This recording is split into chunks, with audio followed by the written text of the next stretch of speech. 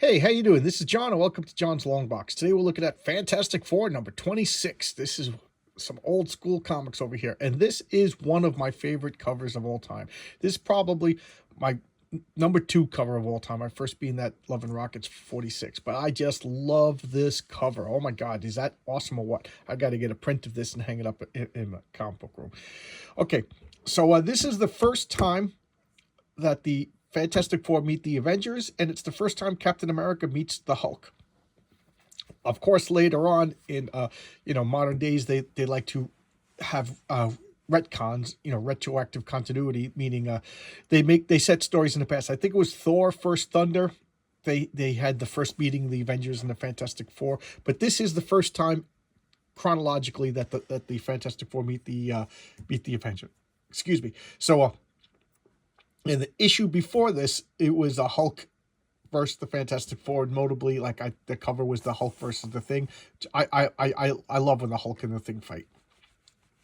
It's just classic comic books, and so this is the follow up to that. This part 2, and I just love this cover. Look at that pointy masked Iron Man. Just Captain America just flying around. I love that they make the Wasp that big, giant man. I love this era. I'm like giddy like a little kid, being ginger with the cover. And apparently this was previously owned by Marty Burns, and this was his 9th comic. Thank you, Marty, for writing on my comic book. Who we got? We got an encyclopedia over here. Does anybody still have encyclopedias in their house? I do not have any encyclopedias in the house, and I remember encyclopedia salesmen. I guess I'm that old. Not old enough to get this before Marty Burns, but old. Okay, so let's look at the indicia. This is copyright 1964 by Kanan, but this 1964, May 1964. Okay, so the Avengers take over. Look at that, just amazing. And this is okay. I'll talk about the credits. Okay, unforgettably written and in the grand manner by Stan Lee. You can't argue with that. Powerfully drawn, the heroic manner by Jack Kirby, inked by George Bell. Not my favorite inker for Jack Kirby, I'm sorry to say. And lettered by Artie Simek. Okay, let's go back in the way back machine. Yesterday, I did a video about the Sentry. And in the Sentry, I talked that one of the creators was or Al Simek or something like that, but this is what they did. They used the name Sal Rosen and Artie Simek, and I think they did Sal Simek or Artie Rosen, or whatever. But they took the 2 real Marvel creators and just swapped their first and last names to make a name that sounded familiar to sell the Sentry. So this is Art Simek. So this is, I forget who they said drew the, but that the person, the conglomeration that they made for the Sentry, that person doesn't exist. Stan Lee really exists, because you're not going to say, who cares if it's an early Marvel and it's not a Stan Lee or Jack Kirby creation. So look at this splash page. So what are they doing? They're filling you up. I love the neutral blue with a little bit of skyscraper over here to set the pacing, and then the Thing and the Hulk. And I love just the whole body language. The Hulk has the upper hand over here, and the Thing is, he's just holding on. He's not giving up because he's a hero. So Reed is sick. He's a near fatal virus attack and is unable to use his awesome powers. The Invisible Girl finds energy weapon far too weak to deal with invisible energy. So, she's just written off, even though she later on defeats the Hulk by herself. And Johnny Storm, he's hospitalized after taking on the Hulk and losing. I like the way they draw, like, the hairy arms and everything, making him like a primitive caveman or something. So the Hulk now just, look, notice the sky's all red. Why is the sky red? I talked about this a lot in early coloring. Now look, it's just black. It's to differentiate the panels. If all the panels had the same, even over here, the blue sky is a different shade of blue. It just makes everything like blend into each other. So this was just like an illusion trick that comic book colorists did because out of necessity, because I'm sure like nothing was just sat down. So now I'm going to do this. Like it must have created confusion in like early golden age comics. So they learned to just have the sky, and nobody cares. Nobody oh my God, I don't believe this. The sky is red. You know, you just get caught up in the story and you forget. So look at the Hulk is just beating up poor old Benny over here. And Ben is just, he's not giving up. So the Hulk just smashes him into like a crater in the ground, and he just makes dust and smashes the thing. And then he gets a good solid wallop on him. And here the army standing by. What are we going to do? We got the news, old-fashioned news. Look at how they lug that thing up there. Jeez. And Reed's just like, I gotta help. I gotta help. You know, it doesn't matter that I'm sick. You know, Reed's a good guy, and he's losing control of his stretching powers. He's laying in the bed, and the Invisible Woman she's either a hot at this point. You know, I'm not the wokest of people at all. In fact, I'm anti-woke, but even I got to admit that she was just either a hostage or a damsel in distress. You know, or a doting woman. You know, so she is, without a doubt, as John Byrne showed us, by far the most powerful member of the Fantastic Four. But she didn't come into her own yet. Look at that hairstyle. She kind of looks like Bernadette Peters over there. So now she's trading formulas with the doctor, and they're going to try to... Reed Richards... I don't know. That just made me laugh. I guess because of all the COVID craziness, stuff like that. But Reed Richards has an unknown, incurable virus. So we'll just put up these little dividers, throw them in it. Yeah, you know, no isolation ward. I don't know, 1964. Who was the philosopher that said the past is a foreign country? The past is a foreign country. So now he's not sick. He just got walloped by the Hulk. I mean, geez, could you blame him? He's a flamethrower. That's Johnny Storm's power. He's a flying flamethrower, and the Hulk, you know, just punched him, took him out. You know what I mean? He's at what? 15, 16-year-old kid who could shoot fire, which is scary. But come on, we're talking about the Hulk over here, you know. So Johnny got walloped. So now he's flaming on. He's burning off. And I love this.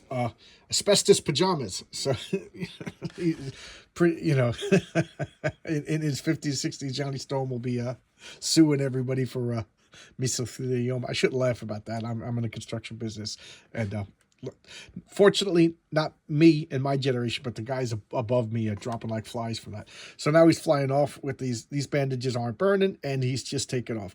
Now, again, look, they could have colored this anything because he's in the hospital, but they chose blue. But you know, this was an easy out. They could have used yellow, tan, or whatever. And here he is. I love this. Infinite sky to fly on. He's got to fly low enough to annoy the soldiers. But that's dynamic. That, you know what I mean? Like, this is just a dynamic. It makes no sense for the torch to fly this low, but it's dynamic to have soldiers in the. It could have just been a blue sky, you know. But then again, they're saying that he's weak and he can't really get the lift. So I don't know. Maybe it does make sense. I love this panel. He's just shooting fire, and the fire is exploding and shooting melted debris, melted concrete, basically lava at the Hulk. And even the Hulk is just like, whoa, that's hot, you know. I imagine it doesn't really damage him that much, but do you still want to, you know, you get sparks in your face, you still flinch. And this, to me, just shows you that the torch is more than just fire. You know, he's thrust. You know, just shooting fire at it's not going to launch it. It's just gonna melt it. So even as a kid, the name the Human Torch always bothered me because he's not just a torch.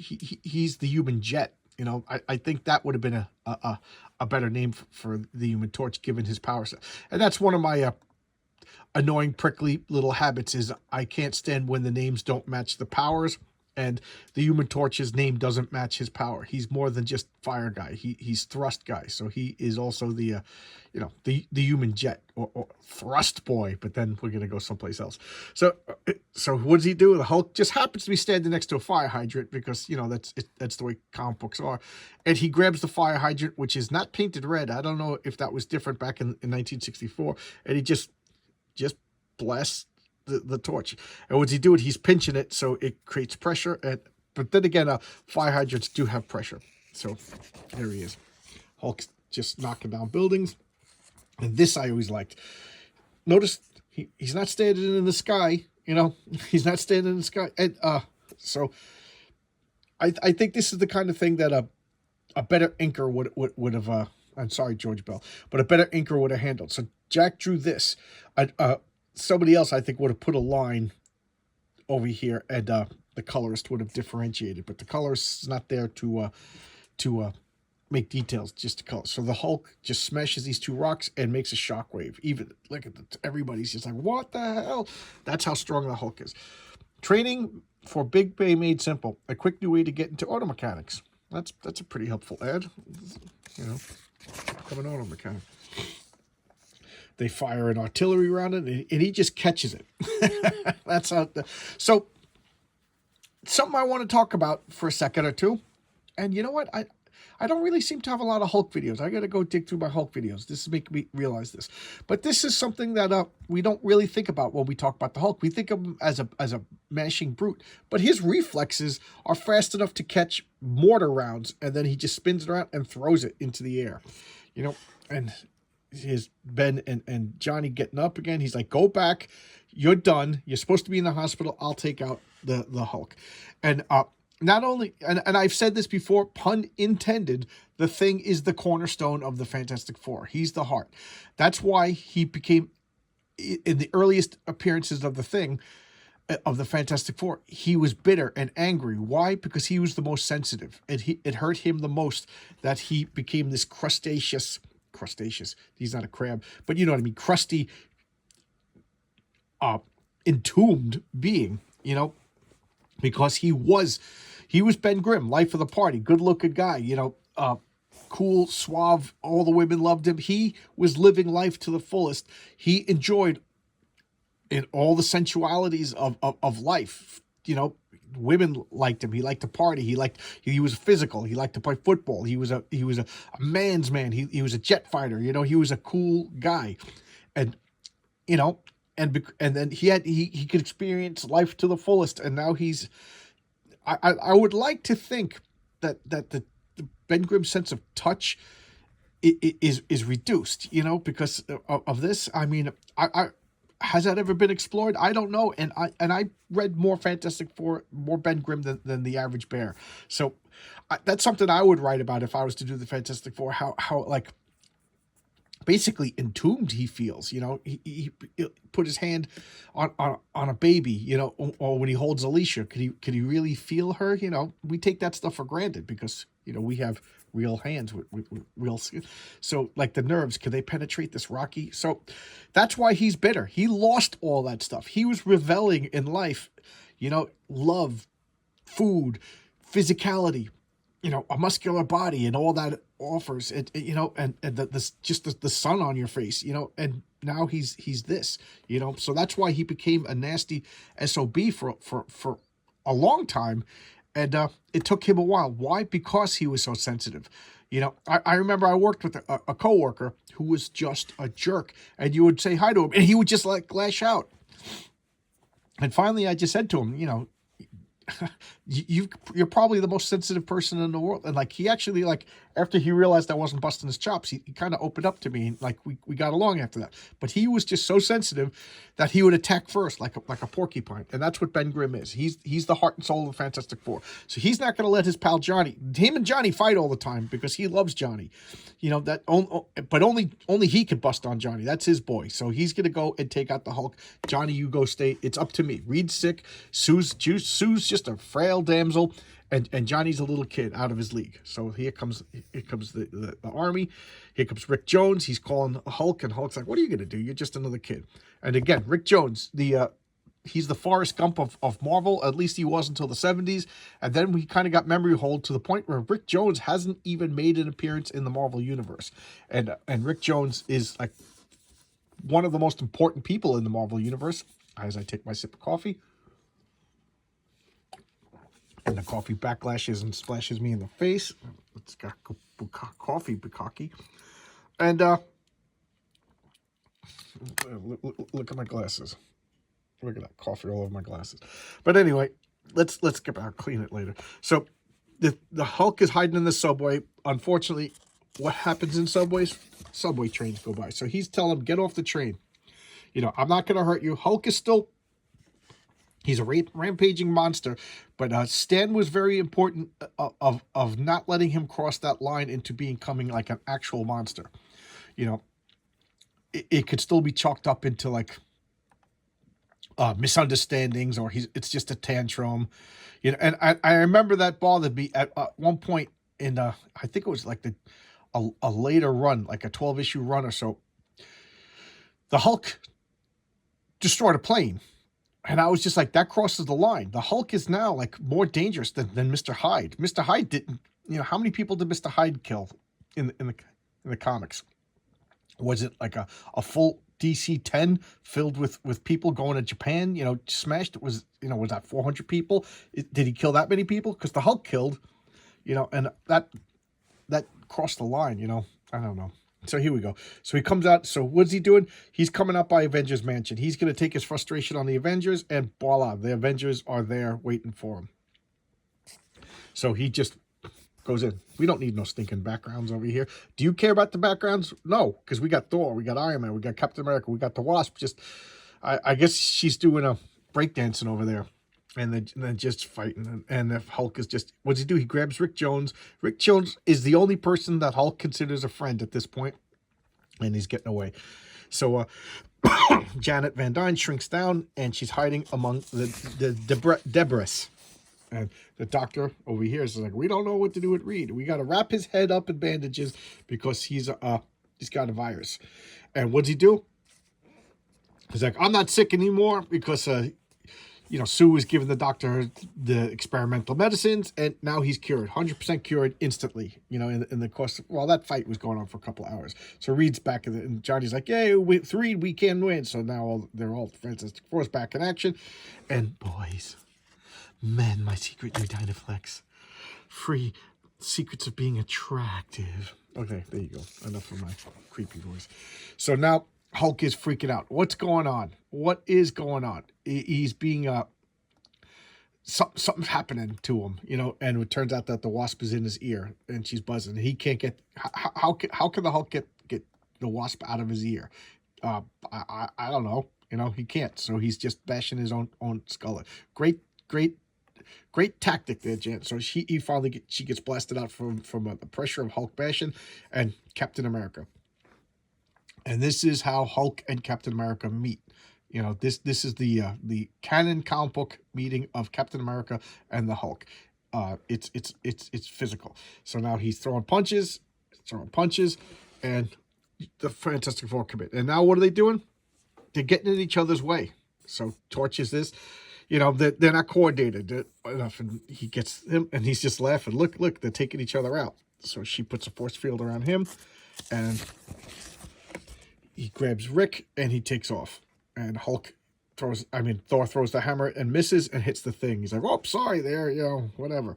And look at this. And I always say this, the Hulk turns and steers and stuff in the air. So it's like, does he fly? There's a couple of times, especially in that Hulk, number 8, my favorite Hulk comic of all time, with the Metal Master by the wonderful Steve Ditko. The Hulk's flying. There's no other way to describe what he's doing. The Hulk's flying. The Hypno Coin. I will hypnotize you till you all agree that the Hulk can fly. I mean, that's just, if it was jumps, then, he wouldn't be able to control it midair. So now they're apologizing, like, we got to work together. So here are the two leaders of the team. We got to work together. The two powerhouses of the team, we got to work together. Check, he's pointing to his PP. Look, check out the size of my PP. I know yours could stretch, but, we're the two main honchos, and he's like, yeah, they're doing some dick measuring over there. Okay, so now here is the Hulk over at the construction site. Here comes the Torch. They're gonna fight, and I love the way they show this like little jet flame or whatever, just repulsor rays, and now they're getting together. Ooh, I love that. I don't know.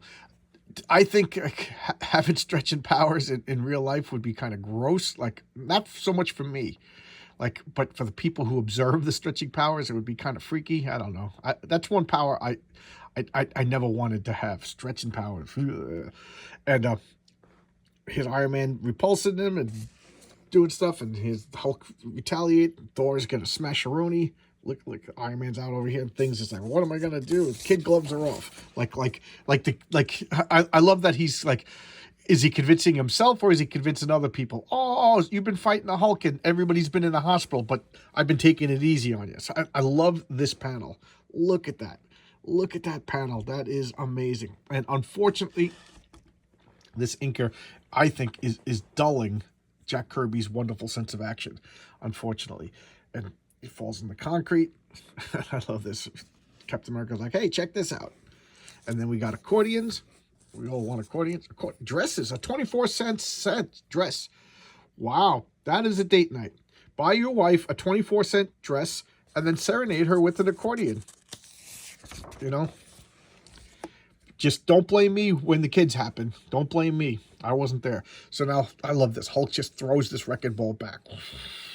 You know, I haven't seen what I want to see. I want to see Hulk smashing the shield. So here's Hulk, Captain America. One of the premier, if not the premier, hand-to-hand combatant in the Marvel Universe is using, what's that, judo, aikido, using the strength and momentum against him. Hulk's like, wow, that was pretty cool. Hulk, I love this. So Hulk is going to throw this hook, and Captain America's shield just knocks it out. And, of course, Captain America happens to be standing on a seesaw because, you know, that's the way it is. But that ain't going to stop Cap. Giant Man, he may be bigger, but Hulk is stronger, and now they're going to fight. And I love this. Now for some growth pills. So now, you know, he's taking growth pills. He's shrinking. He's getting big, shrinking, getting big. And that takes a toll on him. And now, you know, he's using his Ant-Man abilities. Hulk is freaking out because there's ants crawling in his ears, and he don't like that. And so what does Rick Jones do? He takes out the Deus Ex Machina pill. You know, because let's just call a spade a spade. That's what it is. You know, there was no mention of this miraculous pill, at least as far as I know. But it's a gamma pill. And so Hulk is distracted. His mouth is open, and Rick just throws the gamma pill right into Hulk's mouth. So immediately he swallows it. I mean, right? I was going to make a gross joke about swallowing everything that goes into your mouth. But I will not make that joke. Okay? I did not make that joke. Your mind did. So he goes to the pill and he falls into the water and he turns into Bruce Banner. And of course, don't look for bodies. Don't look for evidence. Don't pursue. Just watch Hulk jump into the water and go away. And they're like, wow, you got gumption, kid. You got grit. You should sell grit. And they're like, yeah, we like this kid. And they part ways. Dun-dun-dun-dun-dun. Next issue, Submariner, Doctor Strange, and a million surprises. That looks awesome. Sounds awesome, too. So this is the Fantastic Four fan page. John Davidson. I always like to look at the names just to see if I recognize any of the names. Lane Hartman. Daryl. Joey. I don't know any of these names. Okay. I thought I would recognize one name. I get a kick out of whenever I... Oh, 2 pages. I get a kick out of whenever I discover, like, somebody I knew. Tom Jones. Wow. He took time off from singing his suggestive. Oh no, different Tom Jones. Okay, Bruce Soloff, Dave. Oh, and his special announcement. This is news from inside the bullpen. You know, people get married. New comic. In-house news. And here we have boys, men. I'll help you, Master. UB Waza. I've made fun of this ad so many times. I'm kind of sick of it. I weigh only 98 pounds, yet I can paralyze a 200-pound attacker with just a finger because I know Yubiwaza. Cool. Yubiwaza probably means shotgun in Japan. Earn big money. Earn electric appliance repairing at home in your spare time. That's kind of cool. Kind of cool. Get money in prizes. What is this selling? Oh, this is the seeds. Selling seeds. I thought it was great. Okay, and then he's looking for people who like to draw. What is this? A famous art school. Famous art schools. Okay. All right, there you go. He'll come and annoy you. So here you go. This is Fantastic Four 26. To me, you can't get better than this. Yes, it's simple. Again, I always say this whenever I talk about Jack Kirby. I can understand, especially in you youngins, you whippersnackers, you rascals, that if you got into comics, say, in the past 15, 20 years, that you're like, yeah, this is old-fashioned. And I get that. I can't argue with that. In fact, yes, it is old-fashioned. It's an objective fact. But this is even before my time, because I got into comics around 75. So this is even 10 years before my time. But I just love... And matter of fact, I didn't like Jack Kirby I didn't like Jack Kirby until I was in my 20s. You know, I thought he was old-fashioned, and that was the way old comic books were. And I got Jack Kirby comics. You couldn't help it. Matter of fact, I remember making fun of Machine Man and the Jack Kirby Black Panther comics when that came out, because who draws comic books like this? And I remember hating Steve Ditko. So yeah, so I understand where you're coming from if you say you don't like this, but you have to recognize where you came from. You know what I mean? Everybody else is getting better. They're standing on Jack Kirby's shoulders. They're standing on Steve Ditko's shoulders. They're standing on everybody's standing on Neil Adams' shoulders. It's just, but one thing you can't argue with is the dynamism and the action of Jack Kirby. And as much, see, this is Jack Kirby, and I think this cover is inked by Vince Coletto, one of my favorite Kirby collaborators. But this George Bell, I didn't see his name too much, and I gotta say I'm not too pleased with it. I think it stifled and stymied a lot of Kirby's action. All right, so there you go. Thanks a lot, everybody. I'll see you tomorrow. Tomorrow being Sunday, it's Super Bowl Sunday. I'm gonna do my Sunday comics. I'll try to do it around 10 a.m. and enjoy the Super Bowl. I'm not a big fan. I didn't even realize it was the Super Bowl until yesterday. I still don't even know who's battling it out. But that's me. Tomorrow I'm going to take a nice day with my wife, and maybe we'll go out to dinner. Maybe we'll just be lazy and watch TV. But either way, it's going to be a great day. And the weather is beautiful out here in New York. All right. Thanks a lot. I'll see you guys tomorrow. Thank you for everything. I got 400 subscribers. Then I lost one, so I'm at 399 again. But that's the way the cookie crumbles. So I don't know. Should we do like a live chat? That's all I could really think of, because what else can I do? You know, I'm just a small guy. You know, I don't know what I'm a large guy in the belly area, but I'm a small guy as far as YouTube is concerned. So I'll see you guys around, and thank you so much, guys. I appreciate all of you. This is so much fun. The requests kind of dried up. I have one request in the works, that Kiss Marvel Super Special with the Kiss. I'm probably gonna read. I'm gonna kiss everybody. That's one guy requested a kiss. Now I realize it wasn't a comic book. So I'm gonna read that comic tonight. Maybe I'll do that. But tomorrow I have a special video planned in honor of the Super Bowl. Okay, thanks a lot. I'll see you tomorrow. Bye bye.